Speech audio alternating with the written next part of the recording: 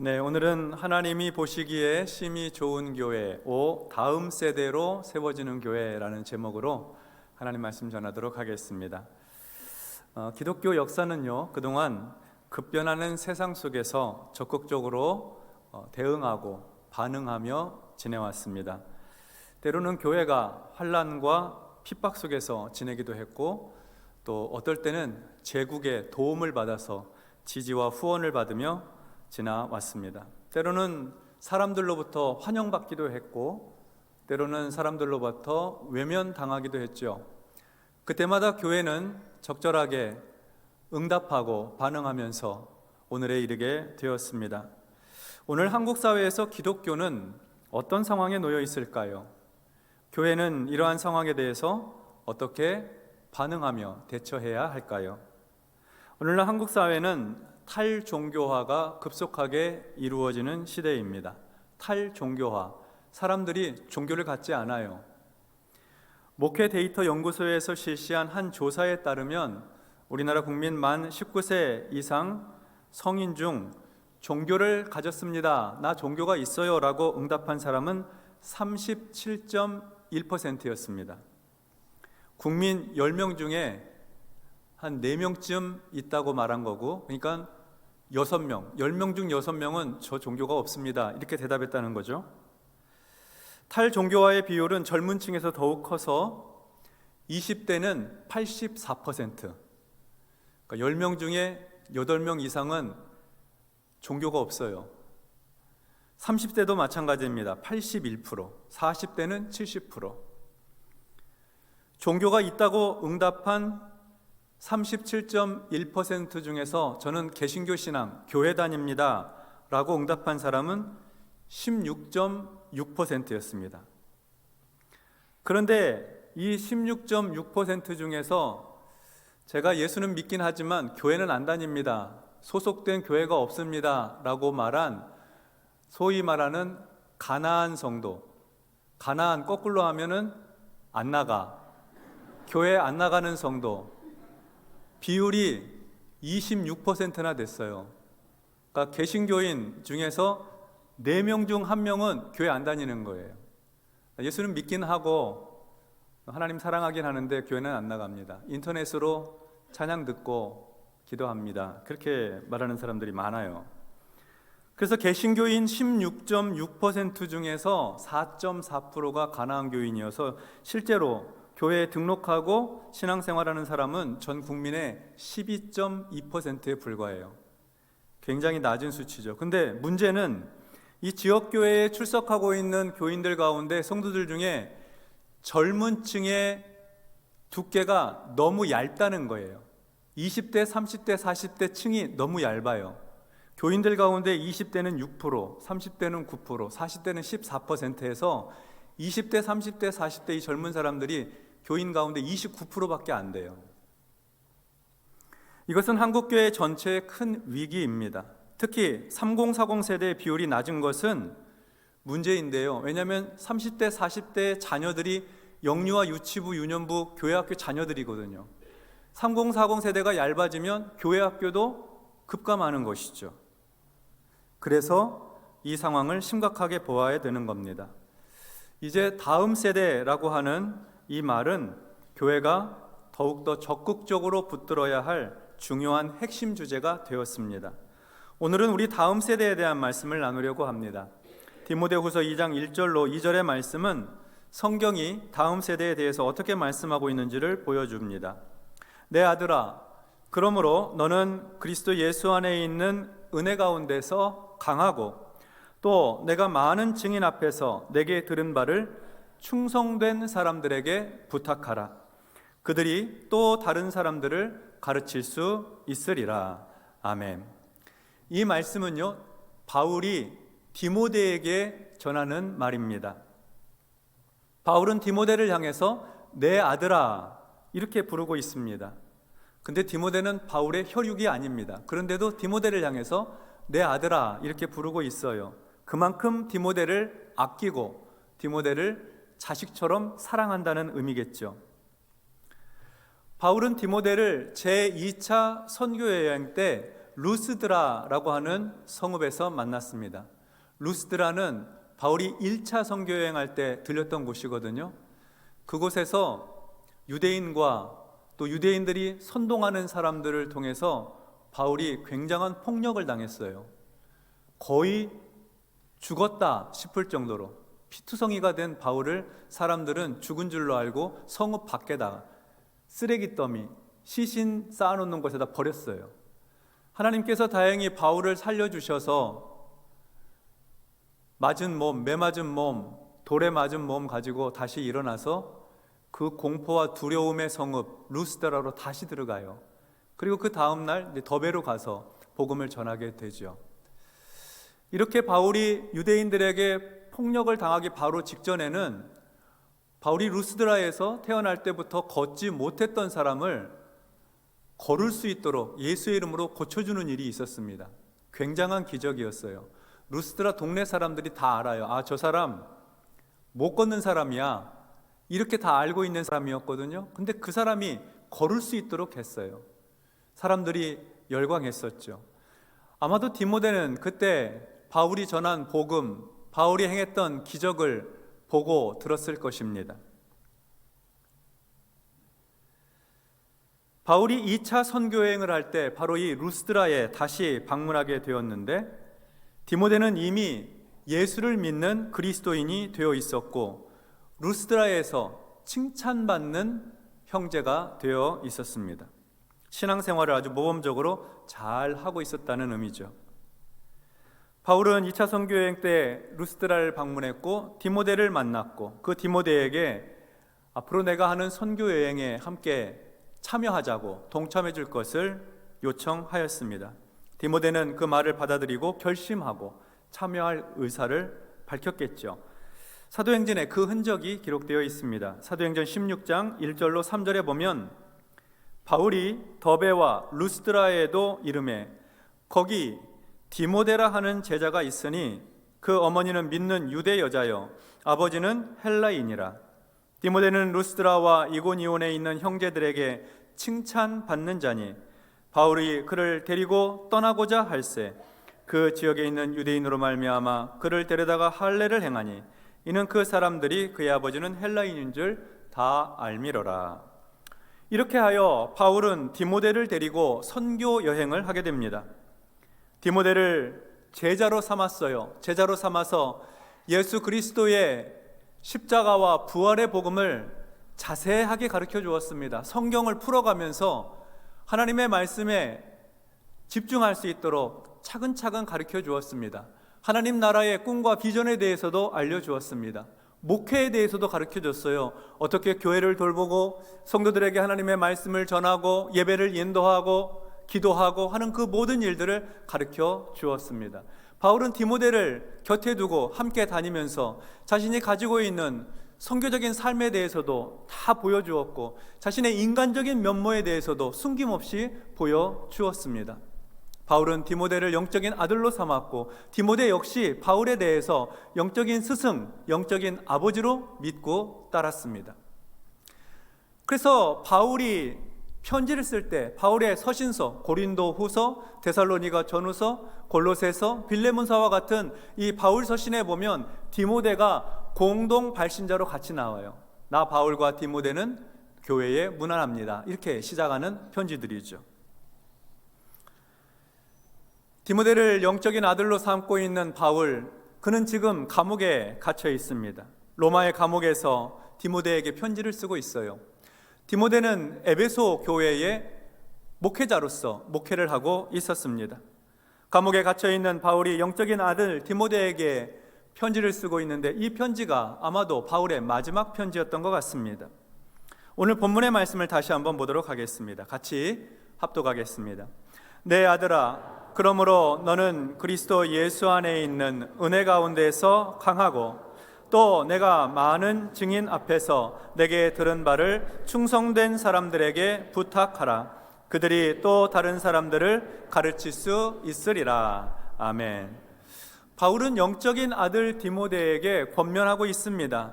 부탁하고 있어요. 꼭 이렇게 좀 해줬으면 좋겠다 하는 얘기죠. 첫째로 너는 그리스도 예수 안에 있는 은혜 가운데서 강하라. 그리스도 예수 안에 있는 은혜 가운데서 강하라. 강한 사람 되어라 하고 말합니다. 군인처럼 담대하고 용감하라는 뜻입니다. 그러나 이 강함은 고집스럽거나 강팍하거나 혈기를 내는 강함이 아닙니다. 이 강함은 하나님께서 베푸신 은혜로 강하라는 거예요. 예수님의 십자가 은혜 가운데서 강하라는 것입니다. 우리는 하나님의 은혜로 충만할 때 담대하고 용감하게 됩니다. 그래서 어떤 일이나 사역을 하기 전에 먼저 은혜로 가득해야 합니다. 은혜 가운데서 강할 수 있고 은혜 가운데서 흔들림 없이 견고할 수 있으니까요. 은혜가 아니고서는 안 되는 것이죠. 오직 예수 그리스도의 십자가 은혜를 통해서 성도는 강하고 담대하고 용기 있게 되는 것입니다. 바울은 디모데에게 바로 그 은혜 안에서 강하라 하고 권하고 있습니다. 두 번째 권면은 내게 들은 것을 충성된 사람들에게 부탁하라 하는 것입니다. 나에게 들은 것을 충성된 사람들에게 부탁하라. 나에게 들은 것, 디모데가 바울에게 들은 것은 예수 그리스도의 십자가와 부활의 복음입니다. 예수님께서 하나님의 아들이시고 예수를 믿음으로 구원받고 죄사함받고 하나님의 자녀가 된다는 사실을 가르쳐 주었어요. 또 어떻게 목회를 하는지 가르쳐 주었어요. 성도들을 돌보는 것을 가르쳤죠. 그리고 세계 선교를 위해서 복음 전파의 사명을 가지고 하나님의 나라가 확장되는 것을 꿈꿔야 된다. 자세하게 모든 것을 다 가르쳐 주었습니다. 그렇게 배운 것을 이제 충성된 사람들에게 가르쳐 주라는 겁니다. 디모데 주변에 있는 충성된 사람들을 찾아서 그들에게 바울로부터 배웠던 그 모든 것을 부탁하라는 거예요. 이는 단순히 기술과 방법만을 가르치라는 뜻이 아니라 믿음과 영성을 전수하라는 의미입니다. 바울의 세 번째 권면은 그렇게 할 때 그 충성된 사람들이 또 다른 사람들을 가르칠 수 있으리라 하는 것입니다. 디모데로부터 배운 충성된 사람들에게 부탁해서 또 다른 사람들 가르칠 수 있도록 하라는 것이죠. 바울은 디모데에게 가르쳤고 디모데는 충성된 사람들에게 가르칠 것이며 그리고 가르치면서 부탁하기를 또 다른 사람들을 가르쳐야 된다 하고 전하라는 것입니다. 계속해서 믿음을 전수하고 복음을 전달하고 전도하고 목회하고 선교하고 이러한 영적인 사역이 세대와 세대를 이어 전수되도록 하라는 것이죠. 바울의 시대에만 국한되어서 디모데 때만 제한되어서 복음 전하고 목회하고 교회를 이루고 끝나지 말고 그 복음의 핵심의 진리를 충성된 사람들에게 부탁하라는 거예요. 그렇게 하고 충성된 사람들이 또 다른 사람들을 가르칠 수 있도록 세대와 세대를 지나면서 계속해서 복음이 전수될 수 있도록 하나님을 믿고 의지하는 신앙이 유전될 수 있도록 하라는 것이죠. 이것은 매우 중요한 영적인 원리입니다. 예수님께서 전하신 하나님 나라 복음이 바울에게 전해졌습니다. 바울은 디모데에게 복음의 진리를 가르쳤고요. 디모데는 충성된 사람들에게 알려주어야 합니다. 그렇게 하면 그 충성된 사람들이 또 다른 사람들을 가르칠 수 있게 될 것입니다. 세대와 세대를 지나가면서 시대와 시대를 거쳐가면서 계속해서 그렇게 하라는 것입니다. 그리고 그 복음이 오늘 저와 여러분에게 전해진 것이죠.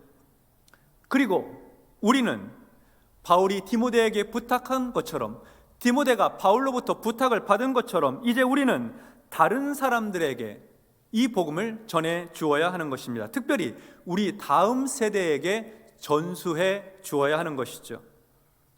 다음 세대는 두 가지 의미가 있습니다. 하나는 혈통적인 다음 세대입니다. 가정에서 자녀들을 말합니다. 신앙은 가정에서 부모의 믿음을 통해서 자녀들에게 전해집니다. 부모의 신앙이 자녀에게 유산이 되어서 전달이 됩니다. 하나님은 자녀들에게 부지런히 가르치라고 했습니다. 길에 행할 때에든지 앉았을 때에든지 누웠을 때에든지 시와 때, 장소를 가리지 말고 하나님을 사랑하는 말씀을 부지런히 가르치고 이웃을 사랑하는 법을 가르치고 신앙생활을 어떻게 해야 되는지 교회를 어떻게 사랑하고 섬겨야 되는지에 대해서 잘 가르치라고 하셨습니다. 디모데의 신앙은 혈통적으로 어머니의 믿음을 물려받은 것이었습니다. 디모데의 어머니는 디모데에게, 아들에게 신앙을 가르쳤어요. 하나님 섬기고 예배하고 봉사하고 섬기는 일들, 하나님 앞에 드리는 삶을 가르쳤습니다. 어떻게 하나님 섬기는 사람답게 거룩하게 사는지를 가르쳐 주었어요. 디모데의 어머니는 그의 어머니, 그러니까 디모데의 외할머니로부터 신앙을 물려받았습니다. 바울은 디모데의 믿음에 대해서 거짓이 없는 믿음이다 이렇게 하였고, 이 믿음은 조상들로부터 물려받은 믿음이라고 하였습니다. 디모데후서 1장 5절에 보면 이는 내 속에 거짓이 없는 믿음이 있음을 생각함이라. 이 믿음은 먼저 내 외조모 로이스와 내 어머니 유니게 속에 있더니 내 속에도 있는 줄을 확신하노라. 거짓이 없는 믿음, 참된 믿음이 디모데에게 있는데, 이 믿음은 외할머니 로이스로부터 시작하여서 어머니 유니게 속에 전수되었고, 그리고 그 믿음이 이제 디모데에게 전해졌다 하는 것입니다. 디모데의 조상들은 세대와 세대를 거쳐 하나님을 섬기는 신앙의 유산을 잘 전해 주었습니다. 루스드라, 이방 지역에서 살고 있는데 여호와를 경외하는 믿음을 외할머니는 그의 딸에게, 그리고 어머니는 그의 아들에게 전해 주었던 것이에요. 그래서 바울이 복음을 전할 때 디모데는 이것이 하나님의 뜻이구나, 하나님께서 그의 아들을 이 세상에 보내셔서 십자가에 죽게 하심으로 우리 죄를 용서하시고 우리를 구원하셨구나 하는 이 복음의 진리를 쉽게 받아들일 수 있었던 것입니다. 바울이 전하는 복음이 무엇인지 너무 잘 알았던 거예요. 예전부터 계속 들어왔던 하나님에 대한 신앙이 있었기 때문에 그랬던 것이죠. 이것이 혈통적 다음 세대입니다. 다음 세대를 의미하는 또 하나는 공동체적인 다음 세대입니다. 교회에서 어린 자녀들, 교회에서 젊은이들을 말합니다. 신앙은 교회에서 신앙 선배들의 믿음을 통해서 후배들에게 전해집니다. 먼저 믿은 성도들의 신앙이 뒤이어 오는 후배들에게 거룩한 유산이 되어서 전달이 되는 것입니다. 교회는 바울이 디모데에게, 디모데가 충성된 사람들이 또 다른 사람들에게 신앙을 전수하고 믿음을 가르치는 신앙 공동체가 되어야 하는 것이죠. 정리해보면 디모데의 신앙이라고 하는 것은 혈통적으로는 외할머니와 어머니로부터 물려받은 것이고, 공동체적으로는 바울과 초대 교회로부터 물려받은 것이었습니다. 그래서 바울이 디모데에게 권면하기를 어떤 목회자가 되어야 하는가, 다음 세대에게 어떻게 복음을 전수시켜야 하는가 하는 것을 강조하고 있는 거예요. 교회로부터 받은 신앙의 유산을 다음 세대에게도 잘 전해줘야 된다 하는 얘기를 듣고 있는 것이죠. 그러므로 교회는 언제나 충성된 사람들에게, 그리고 또 다른 사람들에게 세대와 세대를 거쳐가며 계속해서 복음을 전수해 주어야 됩니다. 우리 다음 세대가, 우리 어린 자녀들이 예수 그리스도의 십자가를 통해서 구원받고 하나님의 사랑을 체험하고 경험하고 인격적으로 주님을 만나는 그런 축복을 누릴 수 있어야 된다는 것입니다. 이것은 비단 교회학교 교사들의 책임만이 아닙니다. 우리 모든 교회가, 전 교회가 우리 다음 세대에 이 믿음을 잘 전해 주어야 될 책임이 있는 것이죠. 그렇다면 교회는 다음 세대에게 신앙을 전수하기 위해서 어떻게 해야 할까요? 오스트리아에는 1599년부터 400년이 넘도록 14대째 가업을 이어오고 있는 기업이 있습니다. 그라스마이어라는 기업입니다. 그라스마이어는 종을 만드는 기업인데요, 전 세계 100여 개국에 종을 수출하고 보급하고 있습니다. 그라스마이어는 오스트리아 빈의 슈테판 대성당의 북쪽 탑에 달려있는 종을 만들었습니다. 그리고 독일 쾰른 대성당에 있는 세계에서 세 번째로 지름이 넓은 스윙벨도 만들었습니다. 그리고 작게는 오케스트라에서 사용하는 작은 종도 만듭니다. 그라스마이어가 만드는 종은 한결같이 정제되고 명료한 소리를 낸다고 합니다. 대부분 제장은 전통적인 수작업에 의존합니다. 그라스마이어는 완벽한 소리를 찾아내기 위한 장인 정신을 대대로 계승하여 왔습니다.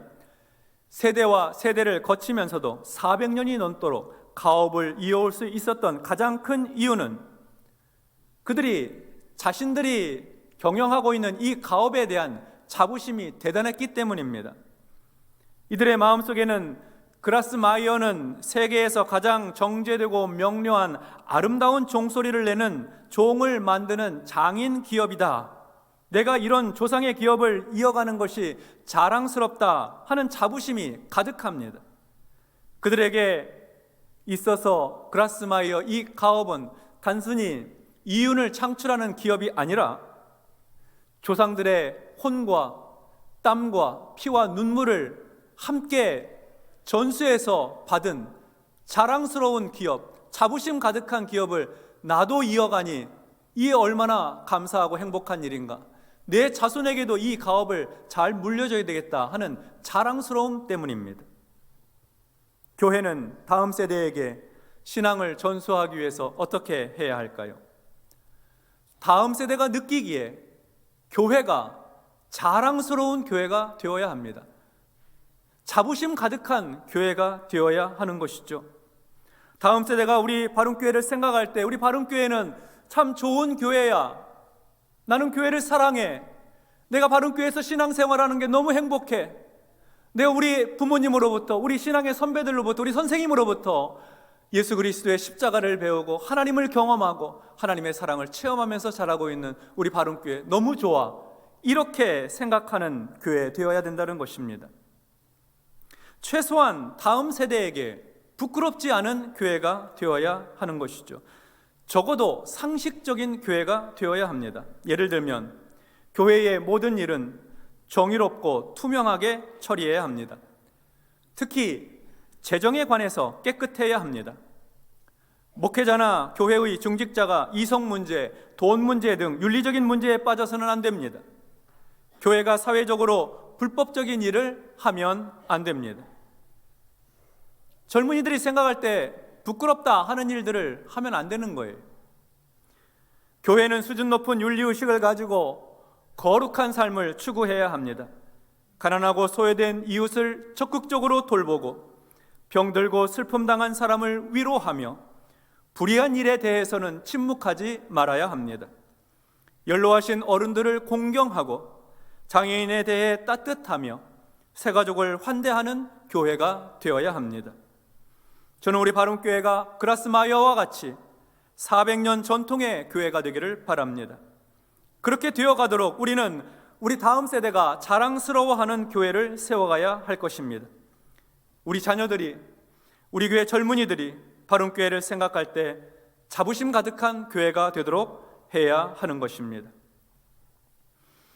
우리 교회는 정치, 경제, 사회, 문화, 교육 등 각계각층의 그리스도인 리더들을 키워내는 교회가 되어야 하겠습니다. 우리 자녀들, 청소년들, 청년들을 예수 그리스도의 은혜로 잘 키우고 그리고 세상을 보는 안목과 통찰력을 키워주고 시각을 넓혀주어서 이 세상의 그리스도인 지도자들로 성장할 수 있도록 곁에서 돕고 기도해주고 후원해야 할 것입니다. 또한 우리 교회는 영적인 지도자들을 키워내는 교회가 되어야 하겠습니다. 선교사, 신학생, 목회자를 키워내는 교회가 되어야 합니다. 자랑스러운 한국 기독교 장로회의 영적인 리더들을 배출하는 교회가 되어야 합니다. 지금 우리 교회에 교회학교 파트 사역을 하고 있는 신학생들, 전도사님들이 있습니다. 또 풀타임으로 사역하는 전임 전도사님들, 부목사님들이 있는데 우리는 이분들을 귀하게 여기고 지지하고 후원하여서 좋은 영적 리더로 세우는 교회가 되어야 합니다. 이분들의 목회 경험이 앞으로 목회를 하고 선교를 하는 데 있어서 큰 밑거름이 되어서 하나님 앞에 귀하게 쓰임받고 한국 교회와 우리 한국 기독교 장로회를 이끌어갈 수 있는 좋은 영적인 리더들로 세워나가야 하는 것이죠. 교단의 신학 교육에 대한 관심도 높여가야 합니다. 좋은 영적 지도자 한 사람이 20년, 30년 후에 한국 교회를 풍성한 은혜로 이끌어가게 될 것입니다.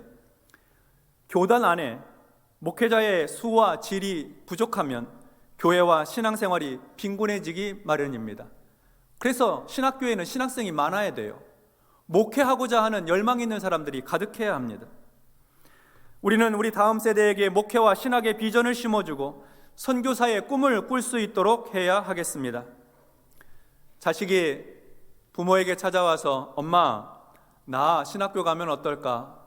이번 수련회에서 기도하는데 하나님께서 내 마음에 감동을 주시는데 하나님께서 나를 목회자로 선교사로 부르시는 것 같아. 이렇게 말하면 야, 안 돼. 너 거기 가면 고생만 해. 안 돼. 가지 마. 허락 못 해. 이렇게 하면 안 됩니다. 그보다는 신학을 권하고 선교를 권하고 목회를 권하는 좋은 풍토가 조성되어야 되는 거죠. 자녀가 와서 나 목사가 되고 싶어, 나 선교사 하고 싶어 하는 그런 마음으로 얘기하면 그래, 큰 결심을 했구나. 너 거기 어려운 일인 줄 알면서도 결심했으니 엄마 아빠는 네가 참 자랑스럽다. 기도해주고 축복해주고 후원해주는 역할을 해야 하는 것이죠. 교회 안에서도 이번에 누가 신학교에 들어가게 되었대요. 누가 이번에 신학대학원에 가게 되었답니다 하는 소식을 듣게 되면 아이고 어쩌다 거기를 갔대, 이렇게 생각하지 마시고 참 잘했다, 자랑스럽다, 이렇게 격려해 주시고 교회적으로도 장학금을 주시고 격려해 주셔서 우리 교회가 교단의 목사님들을 많이 배출하는 교회 되어야 됩니다. 바른교회가 우리 교단에서 큰 교회 중에 하나예요. 그런데 우리 교회에서 계속해서 신학생들, 목회자들 배출하지 않으면 교단에 목회자들이 없습니다. 책임감을 가지고 계속해서 영적인 지도자들을 배출해내야 하는 것이죠. 좋은 목회자들이 좋은 교회에서 많이 나오면 한국 교회가 변화되고 새로워지는 것입니다. 성도 여러분, 우리는 AI로 대변주는 문명사적으로 급변하는 혼돈의 시대로 들어가고 있습니다. 영적으로는 탈종교화의 시대, 특히 젊은 세대가 교회를 떠나는 암울한 시대입니다. 목회자와 선교사, 신학생들의 수가 급감하고 있습니다. 이러한 혼돈의 때에는 진짜만 살아남습니다. 가짜, 유사한 것, 비슷한 것은 사라지고 맙니다. 그러므로 교회가 건강하게 신앙의 전통과 유산을 다음 세대에게 물려주기를 원한다면 우리가 진짜 그리스도인이 되어야 합니다. 우리 자신이 먼저 가정과 교회에서 진짜 신앙인으로 살아야 해요. 우리 다음 세대가 자랑스러워하도록, 자부심 갖도록 우리가 진짜 크리스찬으로 살아야 하는 것입니다. 몸부림을 쳐야 합니다. 그렇게 될 때 우리 교회는 하나님께서 보시기에 심히 좋은 교회가 될 것입니다. 우리가 먼저 좋은 그리스도인 되어서 우리 다음 세대가 기쁘게 본받고 싶고 따르고 싶은 하나님 보시기에 심히 좋은 교회, 다음 세대로 세워지는 우리 바른교회 되기를 주의 이름으로 축원합니다. 기도하겠습니다. 하나님 아버지 감사합니다. 우리 바른교회 71년의 역사 속에서 좋은 믿음의 선배들을 주시고 그분들의 신앙을 통해서 어떻게 하나님을 사랑하고 예수 믿고 복음 전파하고 교회에서 섬기고 봉사하고 그리고 드리는 삶을 살아가는지를 배웠습니다. 또 교회에서 어떻게 하면 안 되고 세상에서 어떻게 하면 안 되는지 그런 모습도 배웠습니다. 우리가 배운 신앙의 아름다운 전통과 유산을 이제는 다음 세대에 물려줘야 될 막중한 책임이 우리에게 있는데 하나님 도와주셔서 우리가 참된 신앙인으로 참 좋은 그리스도인으로 견고하게 서서 다음 세대가 볼 때에 부끄럽지 않은 자랑스러운 우리 바른교회 성도들이 다 되도록 축복하여 주시옵소서. 예수님 이름으로 기도하옵나이다. 아멘.